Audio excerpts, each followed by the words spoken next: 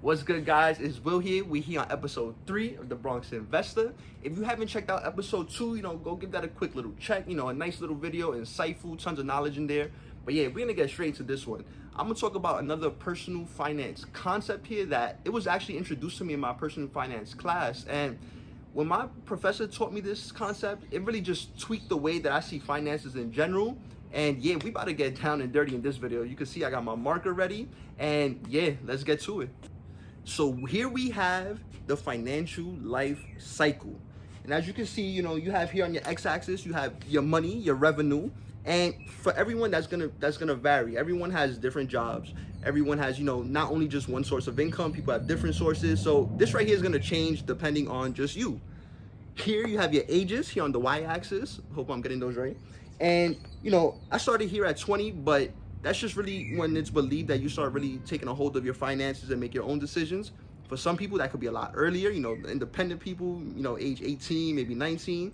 And for others, it could start a little bit later, maybe 21, 22. It really doesn't matter. The point is just to start as soon as you can. So let's get straight into it. As you see, the biggest phase right here, phase 1, this is probably, you see as, your money's rising up. So what is this phase called? It's called wealth accumulation, and it's in the name.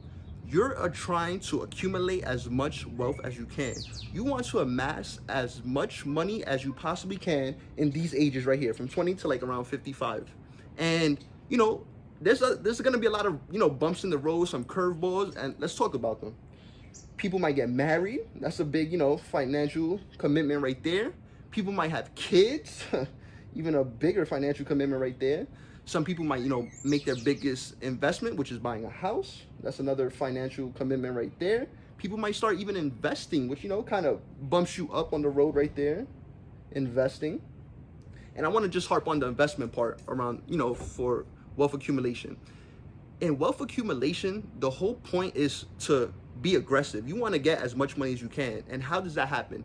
Your tolerance for risk should be up here. You want to go and aim for those home runs. You want those 10% returns. You want those 15% returns. You want to make sure that your money is making money as much as it can. And yeah, that's basically what this whole wealth accumulation phase is. You're going to have curveballs, you're going to have bumps in the road, but the point is to just go out there and be aggressive. Do not shy away. Take those risks.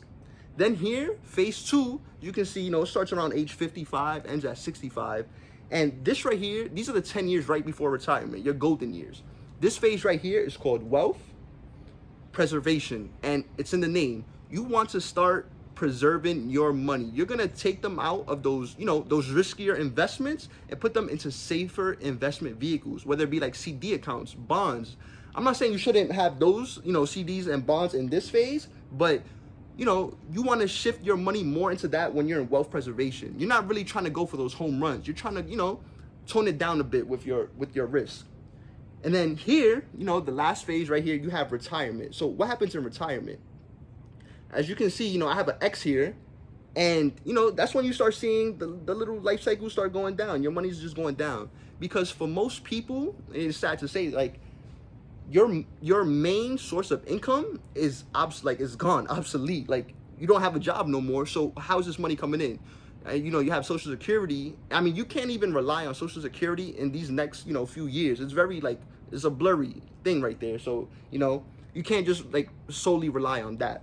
In retirement, this right here in this phase, you should be thinking about retirement in phases 1 and 2 right here. Because think about the lifestyle that you really want to live. We talked about the Social Security. You're going to want to be dependent on that, that and your pension, or, probably even living paycheck to paycheck, sad to say, or you want to be out there traveling the world. Like, what would be your goals when you retire? You want to be out there taking trips, seeing life, going around the country. You want to, provide for your grandkids, get them the best gifts, have them, set for life. And this is just one of those things where you have to start thinking about it from the very beginning. You're gonna have to be in control of your retirement. You don't want to leave it up to the government. I promise you that. Because if it's up to their hands, they're trying to take it away. They're trying to take away Social Security. So yeah, this is the financial life cycle.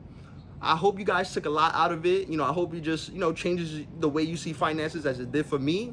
And yeah, so Bronx Investor, Out of here, boy.